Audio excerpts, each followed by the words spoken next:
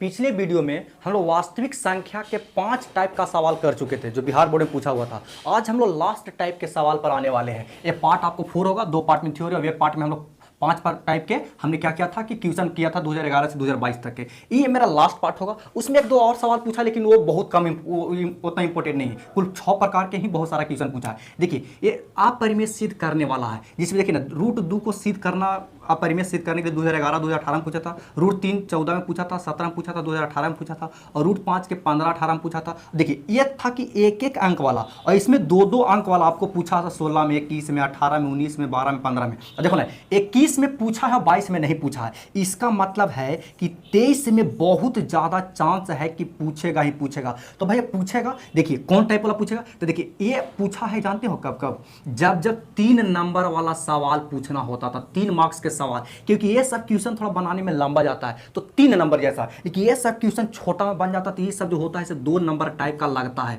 तो आपको जो सवाल पूछेगा इसी टाइप का सवाल पूछेगा 2023 में। इस टाइप का सवाल का चांस बहुत 30% है, लेकिन ये सब पूछने का 80% चांस है। लेकिन सवाल 2023 में जरूर सिद्ध करने के लिए पूछेगा। तो हम पहले इसको में से एगो को निपटा लेते हैं, फिर इसमें से एगो बना लेंगे। तो मेरा दोनों टाइप वाला क्लियर हो जाएगा। ठीक है, अब हमको क्या करते हैं, रूट 2 को प्रूफ करते हैं, फिर इसमें से कोई एगो प्रूफ कर लेंगे।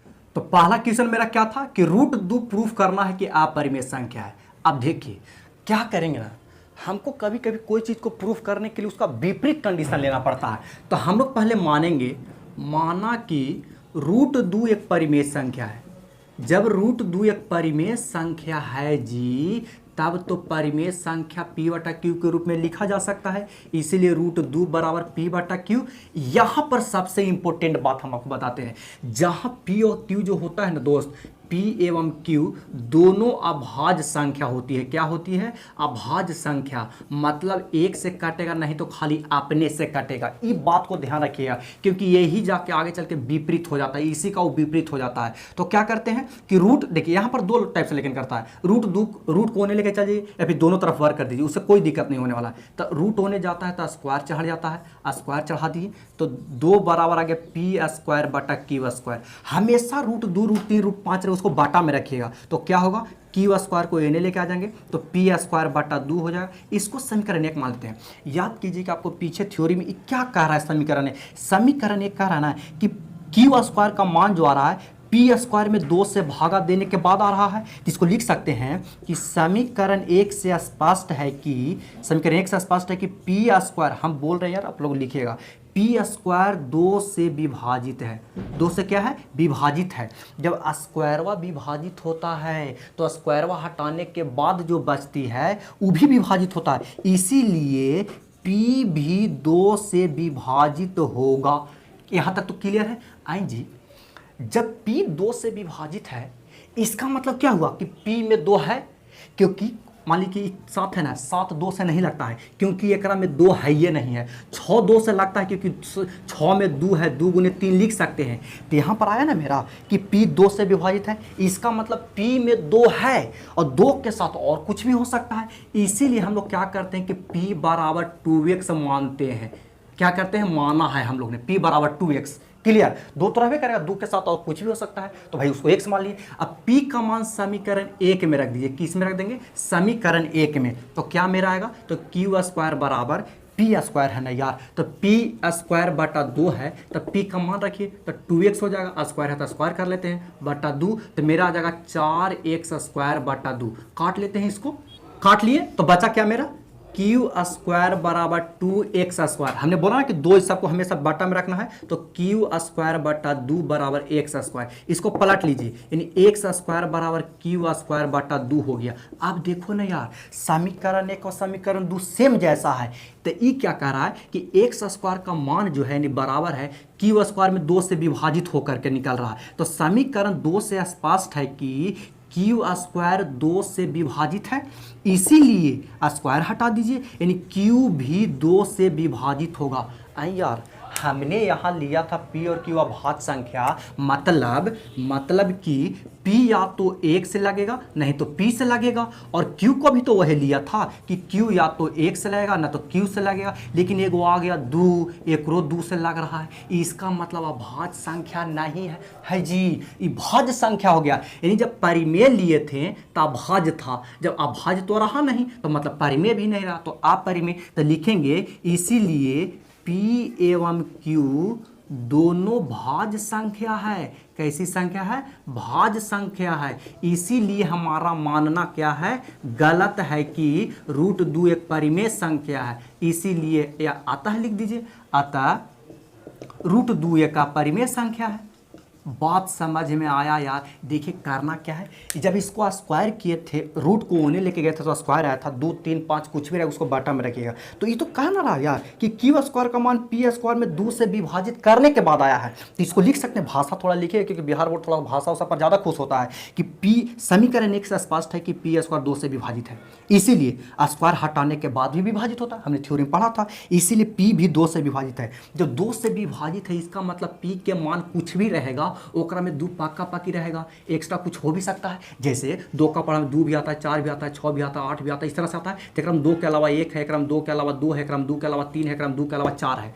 भाई और कुछ हो सकता है लेकिन 2 जरूर रहेगा, तो 2 के साथ x मान लिया। अब p का मान काके के समीकरण 1 में रख दिए, तो p का मान रखने के बाद मेरा ई वाला आया, तो 2 को काके के भाग दे दिए। अब समीकरण 2 भी कुछ ऐसा ही कह रहा है कि x स्क्वायर का जो मान आएगा वो q स्क्वायर में 2 से विभाजित करने के बाद आएगा। इसका मतलब है कि भैया q भी 2 से विभाजित होगा, तो q में भी 2 है। जब p 2 से विभाजित हो रहा है और q भी 2 से विभाजित हो रहा है, इसका मतलब अभाज्य संख्या नहीं हो गया, ये कैसी संख्या हो गया? दोनों भाज्य संख्या हो गया। तब भैया परिमेय आप तो गलत मान लिया, क्योंकि अभाज्य माने थे, ये आ गया भाज्य, एक मतलब परिमेय माने थे, ये गलत हो गया। तो कैसा हो गया? अपरिमेय संख्या हो गया। बात समझ में आया? आप इसको 1-2 बार प्रैक्टिस कीजिएगा, उसके बाद आपको दिमाग में ये सिद्धांत को रखते हुए आपको दिमाग में आ जाएगा। आप इसका स्क्रीनशॉट लीजिए, फिर हम लोग एक और टाइप वाला सवाल समझते हैं। अब हम लोग इसको समझ लेते हैं, इस क्वेश्चन को, इस टाइप का जितना सवाल रहेगा सबको हल कर लीजिएगा। देखिए इसको प्रूफ करने के लिए क्या करेंगे, कौन सा सिद्धांत अपनाएंगे? आप चाहे तो उस विधि से भी कर सकते हैं, लेकिन उस विधि से थोड़ा सा लंबा जाता है, इसलिए इसको और छोटा भी विधि है। हम वही काम करेंगे भैया कि माना कि 3 + √2 एक क्या है? परिमेय संख्या है, परिमेय संख्या है। ठीक है, जब परिमेय है तो p/q इसका मान हो सकता है, p/q के रूप में आप लिख सकते हैं बराबर p/q, जहाँ क्या है? p और q दोनों अभाज्य संख्या है, जहाँ p एवं q दोनों अभाज्य संख्या है। यहाँ तक तो क्लियर है? अब देखिए क्या कीजिए कि आप इसको दोनों तरफ वर्ग कर दीजिए। दोनों तरफ वर्ग करने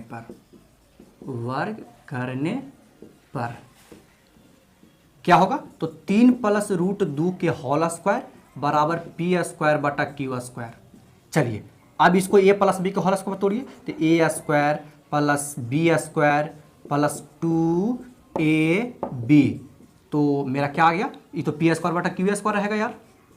उसके बाद क्या कीजिए ना, 3 के स्क्वायर 9 और स्क्वायर से रूट काट जाता है तो 2 बचेगा, + 6√2 p² 9 2 11 हो जाएगा यार, + 6√2 बराबर p² अब क्या कीजिएगा ना, रूट के अलावा सभी को उधर लेके जाइए, सब को उधर लेके जाते हैं। तो पहले 11 होने लेके जाते हैं, तो क्या मेरा इन्हें बचेगा? तो 6√2 बचेगा, इन्हें मेरा p² है, -11 प्लस में 11 तो इन्हें माइनस में 11। अब इसको आप एलसीएम ले लीजिए, तो 6√2 बराबर q², एक का एलसीएम q², तो p² - 11 q² हो जाएगा। अब 6 को आप उन्हें लेकर चलिए, तो इन्हें गुना में है तो उन्हें भागा में, यानी p² - 11 q² बटा 6 q²।